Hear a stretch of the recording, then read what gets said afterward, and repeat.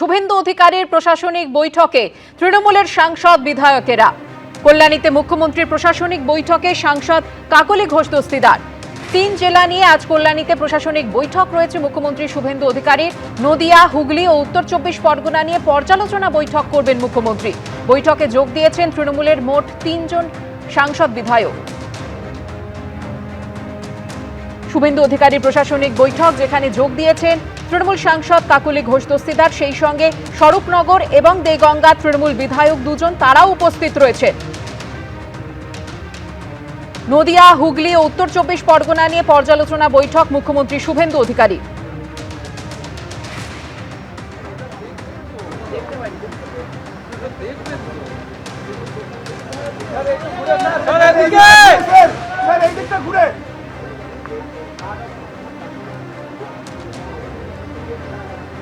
আর এই মুহূর্তে সরাসরি আপনাদের নিয়ে যাব কল্যাণীতে। আমাদের প্রতিনিধি উজ্জ্বল মুখোপাধ্যায় রয়েছেন আমাদের সঙ্গে। উজ্জ্বল, তৃণমূল জমানায় আমরা বারবারই দেখেছি এই অভিযোগ উঠেছে যে বিরোধী দলের জনপ্রতিনিধিদের প্রশাসনিক বৈঠকে আমন্ত্রণ জানানো হয় না, কিন্তু আজ যে 3টি জেলা নিয়ে বৈঠক হচ্ছে মুখ্যমন্ত্রী শুভেন্দু অধিকারী, সেখানে তৃণমূলের মোট 3 জন জনপ্রতিনিধি।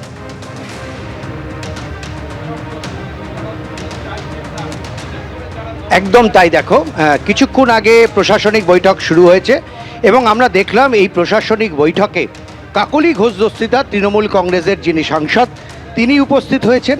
এছাড়াও 3 জায়গার 3 জন বিধায়ক তারাও কিন্তু উপস্থিত হয়েছেন। স্বরূপনগরের বিধায়ক আছেন, হারোয়ার বিধায়ক আছেন, তারা কিন্তু বৈঠকে উপস্থিত হয়েছেন।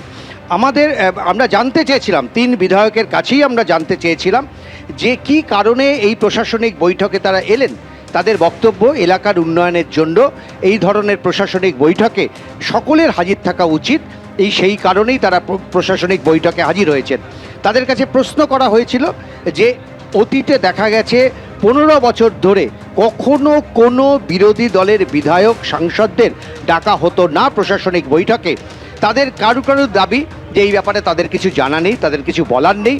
কাকলি ঘোষ দস্তিদারকে যখন জানতে চাওয়া হয়েছিল তিনি বলেছেন বৈঠক শেষ করে এসে তিনি যা মন্তব্য করার করবেন। দেখো, আমরা দেখেছি যে কাকলি ঘোষ দস্তিদারের সঙ্গে দলের একটা দূরত্ব তৈরি হয়েছে। গতকালও কল্যাণ বন্দ্যোপাধ্যায় তাকে ঘিরে যে পোস্ট করেছেন সেটা অত্যন্ত তাৎপর্যপূর্ণ। তাকে শুভেচ্ছা জানিয়েছেন তার আগামী দিনের পথ চলার ক্ষেত্রে। এই আগামী দিনের পথ চলা আসলে কিসের ইঙ্গিত তা নিয়ে ইতিমধ্যেই রাজনৈতিক মহলে কিন্তু বিতর্ক তৈরি হয়েছে। তিনি যেভাবে সাংগঠনিক পদ থেকে পদত্যাগ করেছেন সেটাও কিন্তু অত্যন্ত গুরুত্বপূর্ণ বলে মনে করছেন রাজনৈতিক মহল। পাশাপাশি আজকে তার বৈঠকে উপস্থিতি, এটা কিন্তু এই বৈঠককে যে একটা অন্য মাত্রা দিল। বিশেষ করে বিরোধী দলের 3 জন বিধায়ক, তাদের উপস্থিতি অবশ্যই গুরুত্বপূর্ণ। কিন্তু কাকলি উজ্জ্বল, তুমি আমাদের সঙ্গে থাকো। কল্যাণীতে মুখ্যমন্ত্রীর প্রশাসনিক বৈঠকে সাংসদ কাকলি ঘোষ দস্তিদার যোগ দিতে আসার সময় ঠিক কি জানান শোনাবো এবার। প্রশাসনটা সবার, প্রশাসনিক বৈঠকে চিরকালই আমরা আসি,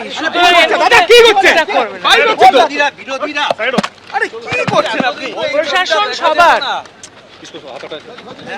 প্রশাসনটা সবার, প্রশাসনটা কোনো দলীয় কর্মসূচি নয়। আরো একবার চলে যাব আমাদের প্রতিনিধি উজ্জ্বল মুখোপাধ্যায়ের কাছে। উজ্জ্বল, নতুন সরকার আসার পর থেকে কিন্তু একাধিক পদক্ষেপ এমন নেওয়া হয়েছে যেখানে স্পষ্ট মুখ্যমন্ত্রী শুভেন্দু অধিকারী কিন্তু বুঝিয়ে দিয়েছেন যে তৃণমূল জমানায় যে নিয়মগুলো চলতো, যে নিয়ম তারা তৈরি করেছিলেন তা কিন্তু আর বিজেপি সরকারের ক্ষেত্রে চলবে না। তারই কি দৃষ্টান্ত আজ আমরা দেখলাম?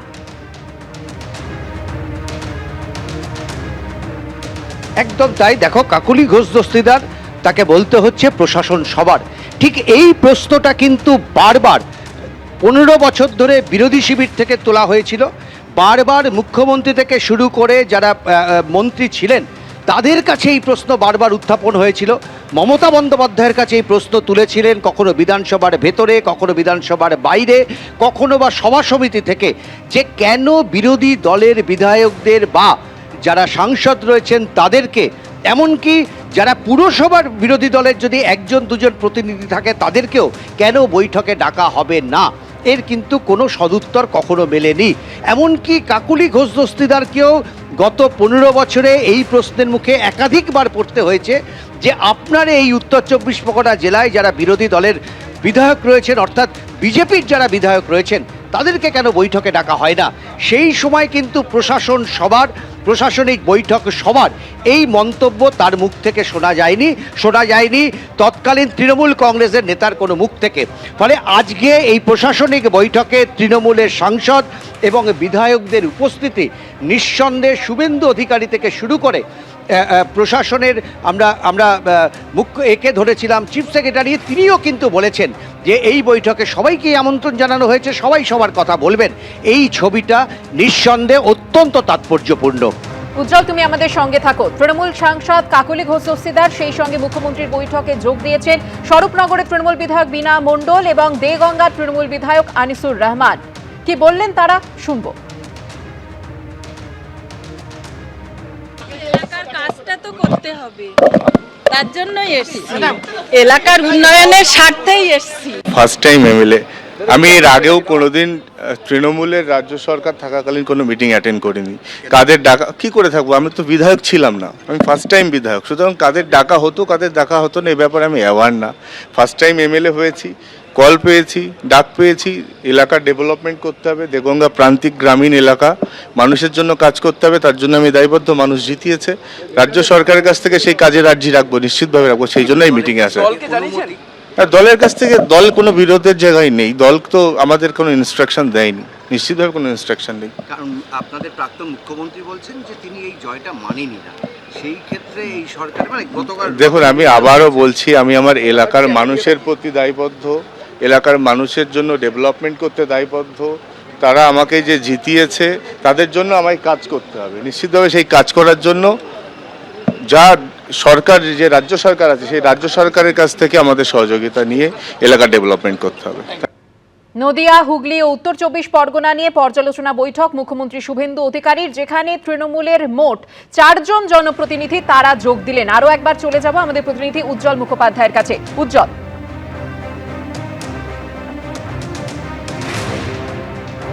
দেখো, আমরা যেটা বলছিলাম যে এই বৈঠকে একটা অন্য গুরুত্ব পেয়েছে, কারণ তৃণমূল কংগ্রেসের 4 জন প্রতিনিধি তারা কিন্তু এই বৈঠকে যোগ দিয়েছেন। আমরা দেখলাম কাকলি ঘোষ দস্তিদার, তার কথা আমরা শুনলাম। একই সঙ্গে প্রশাসনিক বৈঠকে যোগ দিয়েছেন স্বরূপনগরের তৃণমূল বিধায়ক বীণা মণ্ডল, দেগঙ্গার আনিসুর রহমান এবং হারোয়ার আব্দুল মাতিন। এই 3 জন বিধায়ক তারা কিন্তু বৈঠকে যোগ দিয়েছেন। তার মধ্যে যিনি স্বরূপনগরের বিধায়ক, তিনি কিন্তু 2011 সাল থেকে বিধায়ক হয়েছেন, অর্থাৎ এই নিয়ে তিনি পরপর 4 বার জিতলেন। এবং একই সঙ্গে আমরা জানি যে তিনি কিন্তু একসময় উত্তর 24 পরগনা জেলা সভাধিপতি পর্যন্ত ছিলেন। ফলে তার এই আশা, এটা নিঃসন্দেহে অত্যন্ত গুরুত্বপূর্ণ 3 জন বিধায়কের বৈঠকে আসা। আমরা তাদের কাছে জানতে চেয়েছিলাম যে তৃণমূল কংগ্রেসের সাংগঠনিকভাবে আপনাদের কাছে কোনো নির্দেশ ছিল কিনা। তারা কিন্তু বলেছেন বৈঠকে আসা অথবা না আসা নিয়ে দলের কোনো নির্দেশ ছিল না, ফলে তারা বৈঠকে যোগ দিয়েছেন। এবং একই সঙ্গে তারা বারবার বোঝানোর চেষ্টা করেছেন প্রশাসনিক বৈঠক। ঠিক এই প্রশ্নটাই কিন্তু বিগত 15 বছর ধরে বিরোধী দলে সেই সময় যারা ছিল, অর্থাৎ বিজেপি থেকে শুরু করে বামপন্থীরা অথবা আইএসএফ, একজন মাত্র বিধায়ক ছিলেন, কোনোদিন কোনো বৈঠকে তাদেরকে ডাকা হয়নি। আমরা দেখেছি যে দিনের পর দিন বিধানসভায় এই দাবি উত্থাপিত হয়েছে। তৎকালীন বিরোধী দলনেতা শুভেন্দু অধিকারী দিনের পর দিন বিধানসভায় দাঁড়িয়ে এই প্রশ্ন তুলেছেন যে প্রশাসনিক বৈঠকে কেন একজন সাংসদ, একজন বিধায়ককে ডাকা হয় না, একমাত্র তারা বিরোধী দলের বলে। তৎকালীন মুখ্যমন্ত্রী কোনো উত্তর দেননি, এমনকি এই বিষয়টা ঘিরে কটাক্ষ করা হতো। আমরা দেখেছি একাধিক তৎকালীন মন্ত্রী তারা কিন্তু মন্তব্য করতেন যে তারা রাজ্যের উন্নয়ন যারা চান তাদেরকেই বৈঠকে ডাকা হয়েছে। ফলে আজকে কিন্তু একেবারে অন্য ছবি। মুখ্যমন্ত্রী হিসাবে শুভেন্দু অধিকারীর দায়িত্ব নেওয়ার পর প্রথম যে বৈঠক হয়েছিল দলের বিজেপির বিধায়কদের নিয়ে, তাদেরকে এই নির্দেশ দিয়েছিলেন যে সবাইকে একসঙ্গে নিয়ে চলতে হবে, এবং তার ফল আজকে 3 জন তৃণমূলের বিধায়ক এবং একজন সাংসদের উপস্থিতি। উজ্জ্বল, তুমি আমাদের সঙ্গে থাকো। তৃণমূলের জনপ্রতিনিধিদের প্রশাসনিক বৈঠকে যোগদান নিয়ে মুখ্য সচিব মনোজ আগরওয়াল তিনি বলেছেন যে বিরোধীরাও এই বৈঠকে যোগ দিচ্ছেন, এটা খুবই ভালো বিষয়। দেখুন, in 5 divisions, 5 areas, 2 are over, this is the third one.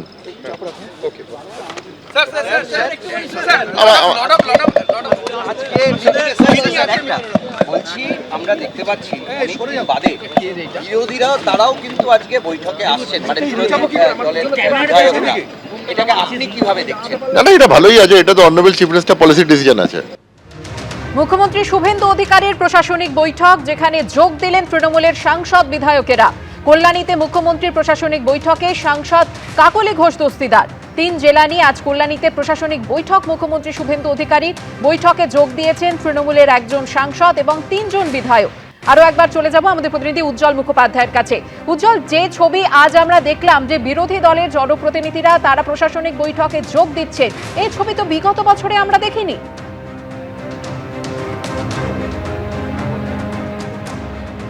একেবারেই না, এবং বিগত 15 বছরে শুধু দেখা যায়নি তাই নয়, কোনো কাউন্সিলর থেকে শুরু করে যারা বিরোধী দলের জনপ্রতিনিধি তাদেরকেও কিন্তু কোনো বৈঠকে ডাকা হতো না।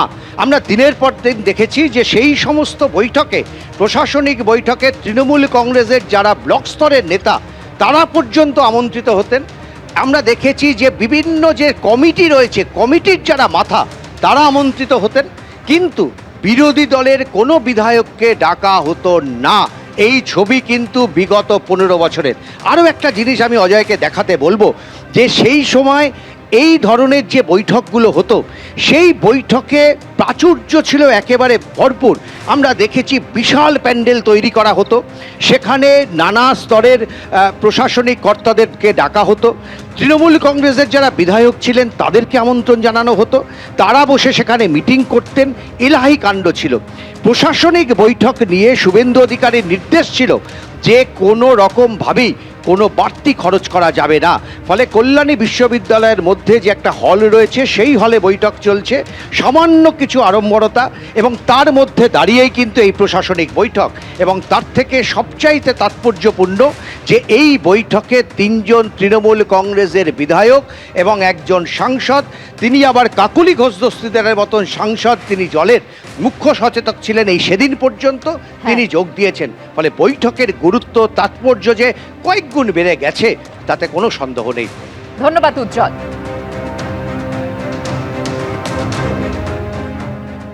স্বাভাবিকভাবে এটা একটা ডিফারেন্ট ফিলিং, ভালোই লাগছে। আসার তো আহ্বান জানানো হয়েছে, এবার তারা আসবে কি আসবে না সেটা তাদের সিদ্ধান্ত। আসা উচিত, গণতন্ত্রে এই স্পেসটা রাখা উচিত, সরকার সকলের, এটা সব মাথায় রাখা উচিত আমাদের সবার। 5 বছর আপনাকে কখনো ডাকেনি? না, ডাকেনি।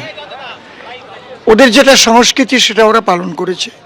ভারতীয় জনতা পার্টির যে সংস্কৃতি, আজকে ভারতীয় জনতা পার্টির সরকার এসছে, মানুষ এই পরিবর্তনটাই চেয়েছিল যে সবাই মিলেমিশে আমরা বাংলার উন্নয়নটা করি। কিন্তু ওরা তো উন্নয়ন করবে না, না, ওরা সিঁড়ি সাথী এইসব দিয়ে ওদেরকে জলে আর বাংলার উন্নয়নের বাতি, মূলত এইটা দিয়ে মানুষকে ভুলিয়ে রাখতে চেয়েছিল। আর আমাদের মানবিক মুখ্যমন্ত্রী, দরদি মুখ্যমন্ত্রী শ্রদ্ধেয় শুভেন্দু অধিকারী মহাশয় আসার সঙ্গে সঙ্গে, আজকে সরকারের বয়স কতটুকু, একটা বাচ্চা জন্ম নেওয়ার পরে 21 দিন মাত্র বয়স, তার মধ্যে দিয়ে আমার বিশ্বপ্রিয় প্রধানমন্ত্রী মোদিজি আমাদের কেন্দ্র থেকে এবং রাজ্য থেকে যে গ্রান্টিগুলো দেওয়া হয়েছিল, দেখেন প্রত্যেকটা টাচ করা হয়েছে। 1 জুন থেকে আপনারা তার ফল পাবেন। আমরা চাইছি বাংলার প্রকৃত উন্নয়ন হোক। মুখ্যমন্ত্রী শুভেন্দু অধিকারীর প্রশাসনিক বৈঠক, যেখানে যোগ দিলেন তৃণমূলের জনপ্রতিনিধিরা। কি বলছেন বিজেপি সাংসদ এবং কেন্দ্রীয় প্রতিমন্ত্রী শান্তনু ঠাকুর, দেখুন। আপনি কি আহ্বান করবেন যে যারা আছেন চলে যান, না হলে আরো বেশি সমস্যা? আমি আহ্বান করব কেন? স্টেট গভর্নমেন্ট বলবে যে আপনারা বেরিয়ে যান, নাহলে আমাদেরকে স্টেপ নিতে হবে, সেইভাবে কিছু হবে। 3 জেলাকে নিয়ে কল্যাণীতে এই প্রশাসনিক বৈঠক মুখ্যমন্ত্রী শুভেন্দু অধিকারীর, যেখানে গাড়ির তেল বাঁচাতে অভিনব উদ্যোগ দেখা গেল বিধাননগর পুলিশ কমিশনারেটে। বাসে করে কল্যাণীর প্রশাসনিক বৈঠকে যোগ দিতে গেলেন উচ্চপদস্থ আধিকারিকরা। কল্যাণীতে প্রশাসনিক বৈঠকে যোগ দিলেন বিধাননগর পুলিশ কমিশনারেটের পুলিশ আধিকারিক। বৈঠকে যোগ CP Bidhannagar, joint CP, DC, ACP সহ উচ্চপদস্থ আধিকারিকদের।